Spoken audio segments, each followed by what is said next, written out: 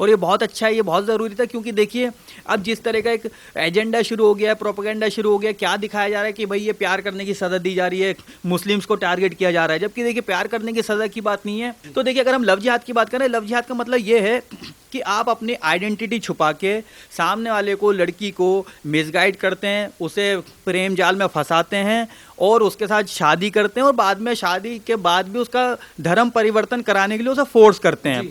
तो जब इस तरह की आप एक्टिविटी कर रहे हैं, गतिविधि कर रहे हैं, तो उसके लिए कानून बना है, जो बिल्कुल सराहनीय और बहुत जरूरी था। अपनी आइडेंटिटी छुपाना देखिए इतना गलत है, वो वैसे भी क्राइम है। तो जब आप किसी के साथ शादी करना चाहते हैं, प्रेम करना चाहते हैं, तो देखिए प्यार का मतलब क्या होता है, प्यार के लिए कानून क्यों बन रहा है, प्यार के लिए कानून नहीं बन रहा। आप अपनी सच्चाई बताइए, आप अपना नाम बताइए, प्रोफेशन बताइए, फिर लड़की की मर्जी है, उसकी परिवार की मर्जी है। अगर उन्हें लगता है कि कोई बात नहीं, लड़का अच्छा है, प्रोफेशनल अच्छा है, प्रोफेशन अच्छा है, एजुकेटेड है, या कारोबार अच्छा है, लड़के चलो आपस में लड़के लड़की प्यार करते हैं, एक दूसरे को समझते हैं, और फिर आपकी अंडरस्टैंडिंग बन रही है, तो आप शादी कर लीजिए, उसके लिए कोई रोक नहीं है। ये आप अपनी शादी से 2 महीने पहले एक डीएम को एक लिखत में भेजिए। आप डीएम को बताइए अपने एरिया के कि मैं लड़की हिंदू हूँ, लड़का मुस्लिम है, मेरे साथ कोई ज़बरदस्ती नहीं की जा रही, मैं अपनी मर्जी से शादी कर रही हूँ, और मेरे साथ कोई धर्म परिवर्तन की ज़बरदस्ती नहीं की जा रही, और अगर मैं धर्म परिवर्तन कर रही हूँ तो अपनी मर्जी से कर रही हूँ। जब आप इस तरह की लिखत में दोगे तो देखिए अंडरस्टैंडिंग, इसका मतलब ये है कि जो भी शादी डीएम की जानकारी के बिना उसकी जानकारी में होती है, इस तरह की शादी, इसका मतलब उसमें कुछ गलत बात है। या तो लड़की को ज़बरदस्ती किया जा रहा है, हैरेस किया जा रहा है, उसे किसी न किसी दबाव में शादी की जा रही है। और ये जो योगी जी ने कानून बनाया, ये कोई अचानक से जबरदस्ती नहीं बना दिया, इस तरह के मामले हमें रेगुलर देखने को मिले हैं। पिछले कई सालों में हम देखें इस तरह के जो मामले हैं, चाहे वो राजस्थान से हो, यूपी से हो, हरियाणा से हो, मध्य प्रदेश से हो, कहीं से भी हो, हमें देखने को मिले, जिसमें कि कई लड़कियों की मृत्यु भी हुई है। किन्होंने अगर नहीं माना, अभी निकिता का हम देखें, फरीदाबाद का कांड देखें, तो 2018 से उन्होंने एफआईआर कराई थी, भाई मेरे साथ ये तौसीफ नाम का लड़का जो है जबरदस्ती करने की कोशिश कर रहा है, और बाद में उनकी जान ले ली गई।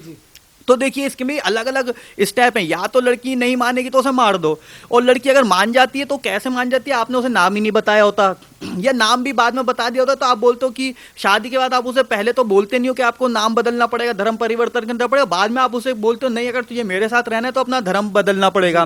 तो ये जो इस तरह की चीजें, देखिए पारदर्शिता, जब आप प्यार की बात कर रहे हो तो प्यार का मतलब ये ट्रांसपेरेंसी। आप ऐसे ट्रांसपेरेंसी दिखाएं, पारदर्शिता दिखाएं जैसे शीशा होता है, ये इधर से देखो उधर से देखो, आर पार दिखना चाहिए, लेकिन उसमें आप छुपाओगे, अपने परिवार से नहीं मिलाते हो पहले लड़की को, बाद में फिर देखते हो तो परिवार आ जाता है, वो अलग से आपको हैरेस करता है। तो इस पर कानून बहुत जरूरी था, और इसमें आप इसे ये मत बोलें कि मुस्लिम है तो इसलिए गलत किया जा रहा है हमारे साथ, क्योंकि इंसान की जो पहचान है वो कितनी जरूरी है, इससे अंदाजा लगा लीजिए आप कि वो एग्जाम भी नहीं दे सकता उसी कॉलेज में, उसी स्कूल में जिसका वो स्टूडेंट है। तो आप इसे ये वाला रूप मत दें। बहन बेटियों के साथ गलत होता है, उसके लिए कानून बना है, और बहन बेटी सबकी बराबर है। और मैं तो उन लोगों से कहूंगा जो ये बोल रहे हैं कि ये हमें परेशान करने के लिए किया जा रहा है, अगर आपके घर की बहन बेटी के साथ अगर कुछ ऐसा हो कि उसका जो पति होगा, जो हस्बैंड होगा, अगर मान लीजिए उसे 4 थप्पड़ भी मार देगा, तो आप इसी कानून के पास भागे भागे जाओगे कि मेरी बहन के साथ उसका जो पति है वो हैरेसमेंट कर रहा है, उसे फिजिकली असॉल्ट कर रहा है, उसे थप्पड़ मार रहा है, उसको गाली गलौज कर रहा है, और हमें इंसाफ दिलाइए। तो जब आप अपनी बहन को एक बार इमेजिन कीजिए, आपकी बहन बेटी को कोई उसका हस्बैंड, कोई उसका जो उससे प्यार करने का दावा करता होगा, उसे मारेगा, पीटेगा, या जबरन उसे फोर्सफुली कुछ करने की कोशिश करेगा, तो आप कानून के पास जाओगे और आप वकील भी करोगे, लड़ोगे भी केस। तो जब आप अपने लिए आप कानून का सहारा लोगे, और लेते भी होगे, आप अपने गिरेबान में एक बार झांके, आप देखोगे कि आप कोर्ट कचहरी करते होगे किसी न किसी अपने इंसाफ के लिए। तो किसी की बहन बेटी को जबरदस्ती जला दिया जाता है, वो सुसाइड कर लेते हैं कितनी खुद ही। देखिए सुसाइड करना भी, इसका मतलब आप ये देखिए कि किस हद तक उन्हें मेंटली और फिजिकली उन्हें वो असॉल्ट किया जाता है, और उन्हें दबाव बनाया जाता है कि उन्हें मजबूरन अपनी जान दे देनी पड़ती है। देखिए जान देना कोई छोटा बात नहीं है। आज अगर मैं माचिस की तीली से भी थोड़ा सा मेरे उंगली पे कुछ लग जाए या कट लग जाए ब्लेड से, तो मैं परेशान हो जाऊंगा कि करे क्या करूं। तो क्यों अपने आप को जला लेना और मार देना या ट्रेन के आगे आ जाना, ये कोई छोटी बातें नहीं होती। तो इस तरह का जब आप हैरेसमेंट किसी को करोगे, और देखिए आपको कोई जबरदस्ती नहीं डाल रहा है, बात ऐसी है आपने किसी के साथ लड़की के साथ गलत कर रहे हो, आपने उसकी शादी करी, और कल को उसके साथ कुछ गलत होता है, खुद आके बताएगी, तो जब आप पे कुछ वो साबित हो जाता है कोई भी क्राइम, आपको सजा मिलेगी। देखिए अगर मैंने चोरी करी है, मैं भी जाके ज्वेलरी के शोरूम से ज्वेलरी चुरा लूंगा, कल को अगर साबित हो जाता है तो मुझे जो भी धारा है उस पर सजा मिलेगी। तो भाई देखो, धारा जब आपको लागू हो जाएगी, उस पर सजा मिल जाएगी। तो ऐसा तो नहीं है कि आपको जबरदस्ती घर से उठा के 10 साल की सजा मिल जाएगी, तो इतना घबराने की जरूरत नहीं है। और अगर पहली बात तो अगर आप गलत नहीं हो तो आप वैसे ही नहीं घबराओ, और आप गलत हो तो अब तो भी आपको घबराने की जरूरत नहीं, आपको सुधरने की जरूरत है। देखिए घबरा के आप बचोगे नहीं, अरे जी देखिए योगी जी ने मेरे खिलाफ कानून बना दिया, हमारे खिलाफ कानून बना दिया, अब क्या होगा, इससे आप बचोगे नहीं। गलत करने वाले को सजा मिलेगी, वो चाहे कोई भी हो। और बात तो आप ऐसे कह रहे हो योगी जी जो सारे कानून से मुस्लिमों को दबाने के लिए बनाते हैं, तो अगर हम विकास दुबे की बात करें, विकास दुबे कोई मुसलमान नहीं था, लेकिन वो भी एक क्रिमिनल था, उसने भी कई क्राइम करे थे और अपने आप को दबंग समझता था, उसकी गाड़ी पलट दी गई थी। अगर ये मुसलमान होता तो यहाँ तो फिर तो दंगे फसाद आप लोग कर देते, आप तो बोलते देखो वो मुसलमान था तो उसकी गाड़ी पलट दी, उसे ही कर दिया वो कर दिया। देखिए बात हिंदू मुसलमान की नहीं होती, बात होती है इंसाफ की, कानून की। अब एक लव जिहाद जैसा मुद्दा जो पिछले कई साल से चलता है, जब हम लोग उससे परेशान हुए, कई हमें मामले ऐसे देखने को मिले, तो उसके लिए कानून बन गया। आप उसको समझिए, एक्सेप्ट कीजिए, और हर बात को सांप्रदायिक रूप देने की जरूरत नहीं है, क्योंकि योगी जी हो चाहे मोदी जी हो या कोई भी सरकार हो, वो जो अगर योगी जी की हम बात करें, कोई भी चीफ मिनिस्टर होता है या प्रधानमंत्री होता है, पूरे देश का पूरे राज्य का होता है, उसकी जिम्मेदारी सबकी होती है। तो अगर कहीं पे बहन बेटियों के साथ गलत हो रहा है और लव जिहाद जैसे मामले आ रहे हैं, तो उस राज्य का चीफ मिनिस्टर की नैतिक जिम्मेदारी है कि वो उस पर कोई कानून बनाए। और ऐसा नहीं है कि आज ही योगी जी ने शपथ ली और कल ही कानून बना दिया। जब इतने साल रेगुलर निरंतर आप एक एक्टिविटी करते रहोगे तो भाई उस पर संज्ञान तो लेना पड़ेगा। मेरा यही सुझाव है। लव जिहाद कानून पास होता है, उसका विरोध कर रहे हैं लोग कि प्यार किसी ने किया तो उसमें धर्म जाति नहीं देखते हैं, तो इस चीज पर क्या कहना चाहेंगे? तो पर ये तो पूरा अलग है, लव जिहाद पर जो कानून बना वो तो पूरा अलग है, इसमें प्यार का तो कोई मैटर ही नहीं है।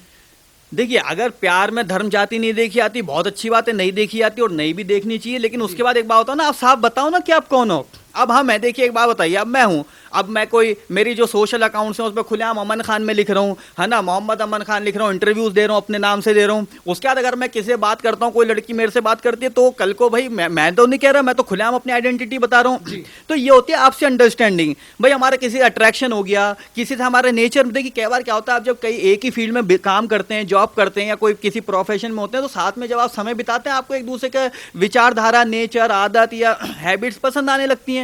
देखिए वो अलग इशू है।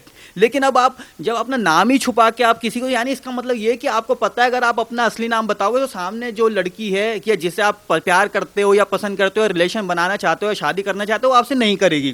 तो इसका मतलब फिर वो प्यार नहीं है।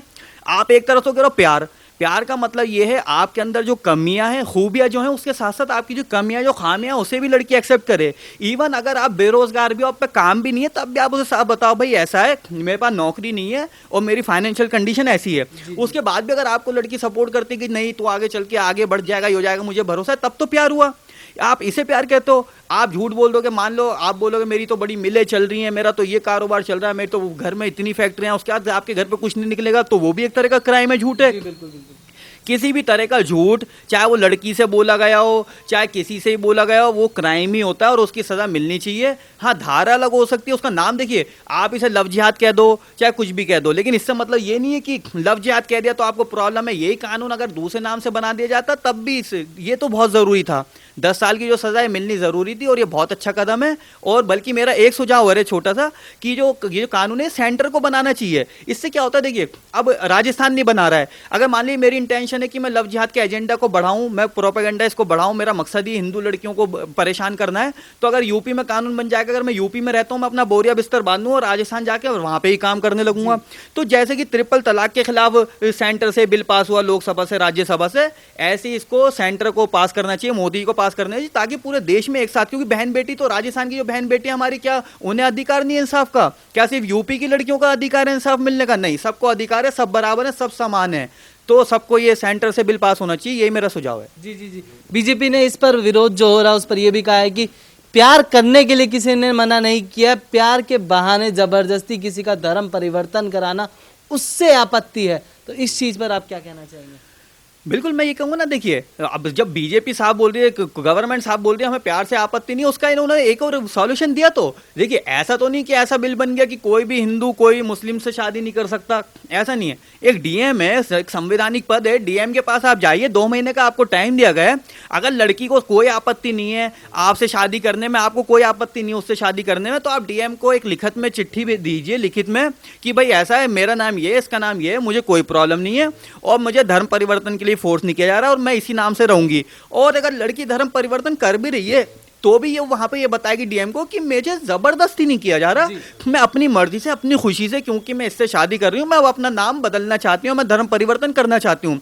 अगर सब कुछ अपनी खुशी से हो रहा है तो देखिए जब डीएम के सामने आप 2 महीने पहले बता दोगे वो एक्सेप्ट हो जाएगी, तो ना तो किसी सरकार को प्रॉब्लम है, ना आपको प्रॉब्लम है, ना हमें प्रॉब्लम है। हमें प्रॉब्लम इस चीज से है कि हमें यही नहीं पता चलता जो लड़की से आपने शादी करी है वो गन पॉइंट पे करी है, धमका के करी है, जान से मारने की धमकी दे के करी है, झूठ बोल के करी है, क्या बोल के करी है। क्योंकि बाद में जो चीज़ हमें सामने आती है वो बड़ी दुखदायक होती है और शर्मनाक होती है, और हमें उससे देखिए बड़ा जब इस तरह की घटना हम देखते हैं कि भाई वहां पे हमारी बहन ने सुसाइड कर लिया, उसे गोली मार दी, तो बड़ा दुख होता है कि जो सरकार है वो सिर्फ किसी को दबाने के लिए नहीं बल्कि एक अच्छा स्टेप लिया।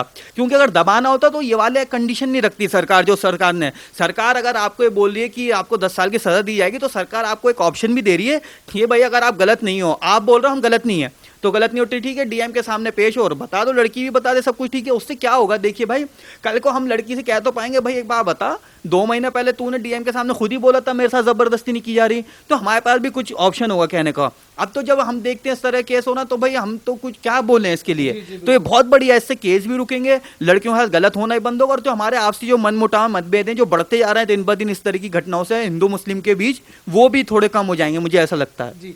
सर जो लोग रोते थे, मतलब जो लोग इस चीज़ का विरोध कर रहे हैं, इस कानून का विरोध तो कर रहे हैं, पर उन्हीं लोगों से उस वक्त एक शब्द नहीं निकलता है जब निकिता को मार दिया जाता है, उस वक्त एक शब्द नहीं निकलता है जब उत्तर प्रदेश से लगातार कई सारी घटनाएं सामने आती हैं। तो इस चीज़ को किस तरीके से देखते हैं? एक तरफ तो जब जैसी कानून आया बोलने लगे, और जब घटनाएं हो रही थी लव जिहाद की तब सारे चुप थे। देखिए यही हमें बड़ा आश्चर्य होता है, और ये मैंने पहले ही बोला। देखिए आप एक बात बताइए, जैसे मैंने एक नाम लिया था एजाज खान का, देखिए अब एजाज खान जैसे लोग हैं वो पंडितों के खिलाफ उल्टी सीधी बयानबाजी कर रहे थे, तो मैंने यही बोला भाई एक वीडियो में कि भाई बात अब निकिता के साथ ऐसा हो गया, अब आपके मुंह में दही जम गई। देखिए अगर आप समाज सुधारक हो, अपने आप को सोशल एक्टिविस्ट मानते हो, सामाजिक कार्यकर्ता मानते हो, मैं तो फलाना फाउंडेशन चला रहा हूँ, मैं तो गरीबों के लिए कर रहा हूँ, और आप जब इस तरह की राय रखते हो तो आपको न्यूट्रल होना पड़ेगा। अगर आपको अगर किसी मुस्लिम का कोई दुख दर्द दिख रहा है, उसे मॉब लिंचिंग होगी, कुछ होगी, तो आपको ये हाथरस वाले केस में भी आप बोल रहे हो लेकिन निकिता वाले में नहीं बोल रहे हो, तो आप इस तरह से नहीं हो सकता। तो या तो आप सब पे बोलो, या फिर आप बिल्कुल मुंह में दही ऐसी जमाओ कि वो दही जमी रह जाए, वो पिघले ही नहीं, तब तो ठीक है। अब आप ऐसे हो जाते हो, कभी आपकी वीडियो आ जाएगी, आप उल्टा सीधा बोलने लगोगे, कभी शांत हो जाओगे, तो इससे पता चलता है या तो आप किसी प्रोपेगेंडा के आगे वो एजेंडे के तहत बोल रहे हो। वरना एक बात बताइए, अगर वो तौसीफ निकल गया, उसने जो निकिता को मारा तौसीफ निकल गया, तो आप कुछ नहीं बोलोगे, ऐसे कैसे? और अगर आप इस तरह के हो, अगर आप सिलेक्टिव हो, तो आप दूसरों को भी जो सिलेक्टिव है उन पे भी आरोप मत लगाइए। देखिए आप सिलेक्टिव हो सकते हो, उसमें आपको प्रॉब्लम नहीं है। अगर दूसरा सिलेक्टिव हो रहा तो आप कह रहे हो भाई तुम इस पे क्यों नहीं बोले। भाई जैसे आप तौसीफ वाले मामले पे नहीं बोले, ऐसे हम भी फलाना वाले मामले पे नहीं बोले, भाई ऐसे ही चलेगा। भाई आप इनिशिएटिव लीजिए, आप तौसीफ वाले बोलिए तौसीफ ने गलत करा, जैसे आप बोलोगे तौसीफ ने गलत करा, हम भी 4 नाम ले लेंगे, हाँ भाई फलाना ने भी गलत करा था। तो अब ये जो अपना लव जिहाद है, ये बहुत अच्छा फैसला है, इसका सबको समर्थन, मेरा यही सुझाव है, समर्थन करो। और इससे बचने का एक ही तरीका है, इससे बचने का ये तरीका है, ना आप खुद गलत करो और ना दूसरों को करने दो। अगर आपकी जानकारी में मान लो मैं और मुझे लगता है कोई मेरा मुस्लिम भाई, कोई मेरा मुस्लिम दोस्त, कोई मेरा सर्किल में कोई मुस्लिम लड़का किसी नॉन मुस्लिम लड़की के साथ रिलेशनशिप में है या उससे शादी करना चाह रहा है, तो मैं ये पता करूं कि वो मतलब उनके आपस में जो अंडरस्टैंडिंग है, जो आपस में जो रिलेशन है वो ट्रांसपेरेंसी है या नहीं है, और नहीं है तो उसके 2 ऑप्शन है, या तो लड़के को समझाओ भाई ये खत्म कर रिलेशन, ऐसे नहीं चलेगा, नहीं तो हम तेरी कंप्लेंट कर रहे हैं, नहीं तो लड़की को बताओ देख ये इसने तेरे से ये झूठ बोले, इसका ये धर्म है, इसका ये नाम है, इसका ये कारोबार है, अगर ये सब इसने बताया है तो ठीक है, और नहीं बताया तो अब तेरी मर्जी है, हमने तुझे बता दिया। इसके बाद भी अगर तू इससे प्यार करती हो, चाहती है, तो फिर ठीक है, लेकिन हाँ ये सच्चाई है। तो आप इनिशिएटिव लो, आप मुंह में दही जमा के बैठ जाओगे सिर्फ इसलिए कि वो तो मेरा धर्म का है, वो तो मेरी जाति का, तो कुछ भी करता रहे, तो फिर कल को आपकी बहू बेटियों के साथ, बहनों के साथ कुछ गलत होगा, तब भी आपको मुंह में दही जमा के बैठना पड़ेगा। क्योंकि बहू बहन बेटियां जो है वो सबकी बराबर हैं, वो कोई हिंदू मुस्लिम की नहीं होती। जब रेप होता है, मर्डर होता है, कोई कुछ दुष्कर्म होता है लड़कियों के साथ, तो वो लड़की होती है इसलिए होता है, वो किस धर्म की इसलिए नहीं होता।